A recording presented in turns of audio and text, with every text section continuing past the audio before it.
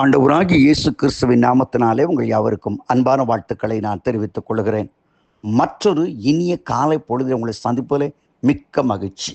இன்றைக்கு நான் உங்களோடு தியானிக்க விரும்புகிற கர்த்தருடைய வார்த்தை சங்கீதம் 16:6. நேர்த்தியான இடங்களில் எனக்கு பங்கு கிடைத்தது, ஆம், சிறப்பான சுதந்திரம் எனக்கு உண்டு. நேர்த்தியான இடங்களில் எனக்கு பங்கு கிடைத்தது. எத்தனை அற்புதமான ஒரு வார்த்தை! தாவீது பரவசத்தோடனே மகிழ்ச்சியுடனே இந்த வார்த்தையை சொல்லுகிறார். அன்புக்குரிய சகோதர சகோதரிகளே, ஆண்டவராகிய கர்த்தர் உனக்கும் எனக்கும் கொடுக்க விரும்புகின்ற ஒரு அற்புதமான ஒரு வாழ்க்கை தான் இது, சிறப்பான பங்கு.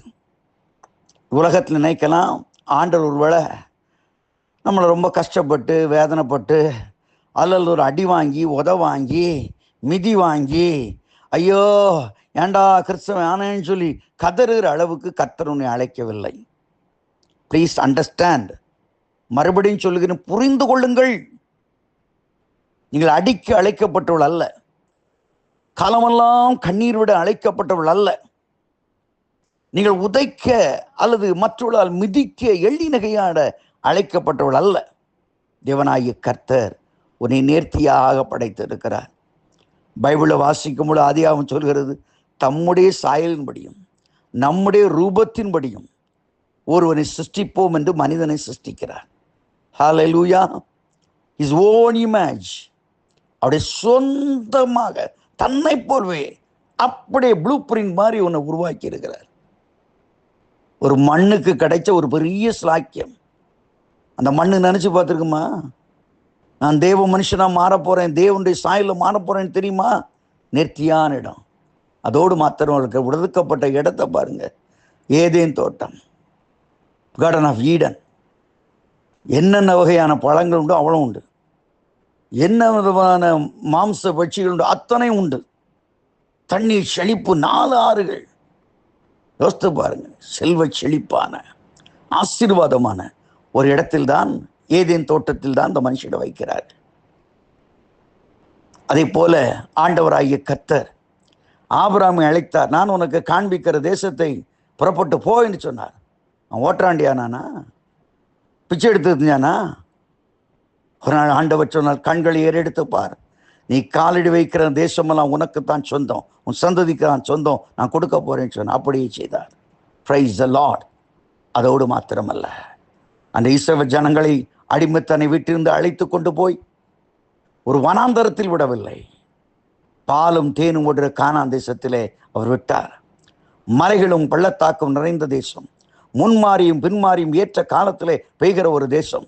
கட்டாத வீடு, நாட்டாத திராட்சைக்கனிகள், வெட்டாத துறவுகள், பாலும் தேனும் வெண்ணெய் உணவாய் கொடுத்து அவளை புசித்து செழிப்பாக்கி மேன்மையாயிருந்த பாலும் தேனோட கானான் தேசத்தை கொடுத்தார். தாட்சிக்கு அழைக்கவில்லை. ஆண்டவராகிய கர்த்தர் மனுஷனுக்கு கொடுத்த மாபெரும் ஈவு என்ன? பாவத்தினாலும் அக்கிரமங்களினாலும் மரித்து போயிருந்த உங்களை திரும்ப உயிர்ப்பித்து உன்னதங்களிலே அவரோடு உட்காரம் வைத்திருக்கிறார் என்று எபேசியர் 2ஆம் அதிகாரம் சொல்கிறது. இத்தனை மேன்மையான பரவசத்தை கொடுப்பதுதான் கிறிஸ்தவ வாழ்க்கை. அந்த பரவசத்தை அனுபவத்தை பெற்றுக்கொள்வதுதான் கிறிஸ்தவ வாழ்க்கை.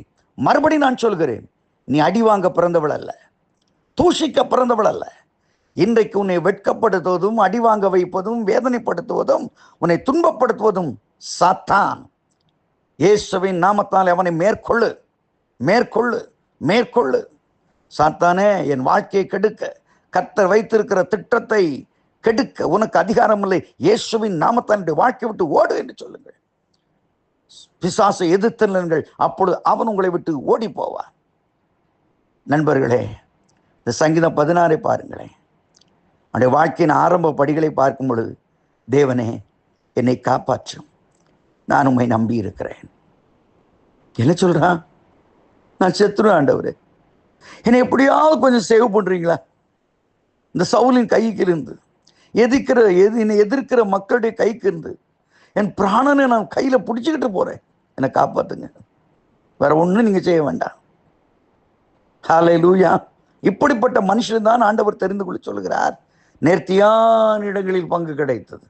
ஏனென்றால் அந்த 16:5 வாசித்து பாருங்க. தேவனின் சுதந்திரம் என் பாத்திரத்தின் பங்குமானவர். எனக்குன்னு ஒரு வாழ்க்கை இருக்குன்னா அது தேவன் தான்.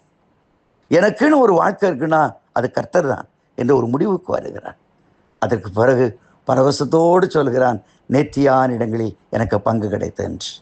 இன்றைக்கு நீங்களும் நாமும் செய்ய வேண்டிய ஒரு காரியம், காலை பொழுதிலே உலகத்தின் மக்களை நம்புவதை விட்டுவிட்டு, உலகத்தில் உள்ள வாய தந்திரங்களை விட்டுவிட்டு, கர்த்தாவை உம்மை நம்புகிறோம், நீர்தான் எங்களுக்கு எல்லாம். Lord, you are my everything, whether is great or small.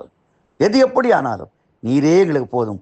இயேசு போதுமே, இயேசு போதுமே, இயேசுவே என் வாழ்வின் பலனானார் என்று ஆண்டவரை துதித்து இந்த நாளுக்குள்ளே பிரவேசிங்க. இந்த நாள் ஒரு இன்ப நாளா இருப்பதாக. God bless you. ஆமென்.